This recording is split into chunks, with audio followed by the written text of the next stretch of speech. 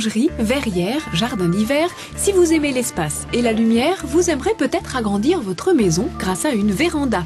D'autant qu'elles ont fait des progrès, on est loin de l'appendice vitré vaguement étanche, étouffant en été et glacé en hiver. La tendance est à la pièce à vivre, utilisable toute l'année grâce à un ensemble de nouveautés techniques. Le vitrage de toiture, c'est le Heat Reflex. C'est un vitrage qui combine si bien le vitrage de sécurité, anti-solaire, anti-bruit et vraiment super isolant. Il y a aussi le verre auto-nettoyant et le verre chauffant, efficace et peu onéreux à l'utilisation, mais 5 fois plus cher à l'installation qu'un chauffage classique.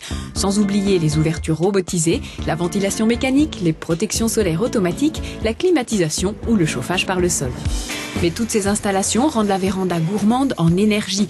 Avec une approche bioclimatique, elle peut cependant contribuer au chauffage de la maison. Le rayonnement solaire est capté et redistribué dans les différentes pièces par des ouvertures, mais il faut alors accepter le surchauffe du plein été, même avec une aération performante. Et pour les mordus du développement durable, on annonce le photovoltaïque. On va récupérer pas seulement les rayons de soleil, mais aussi déjà la lumière en soi.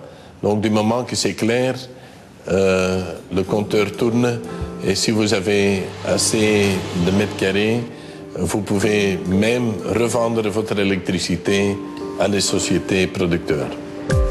Plus confortables et performantes, les vérandas ont aussi changé de look. Structure en bois, PVC, acier ou alu, le choix est technique mais aussi esthétique. Classique ou design, il faut s'intégrer au style de la maison.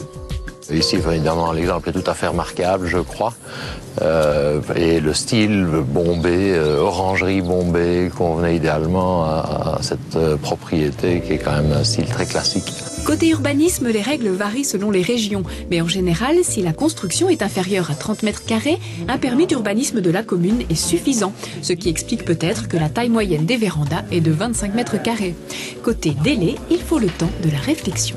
Le temps de faire son choix, les matériaux, les autorisations, les fondations, tout ce qui est nécessaire pour faire d'une véranda une pièce habitable.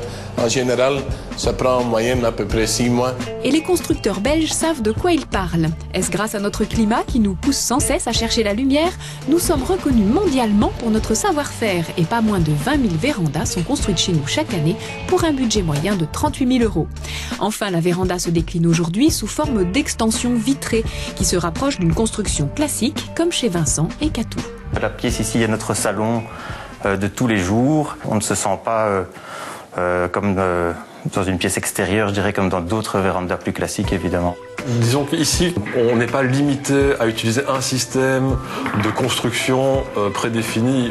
Au niveau de la structure, par exemple, ici, nous avons travaillé avec une structure en bois légère, construite par un charpentier, parce que ça nous paraissait la solution la plus adaptée, à cause notamment du fort dénivelé.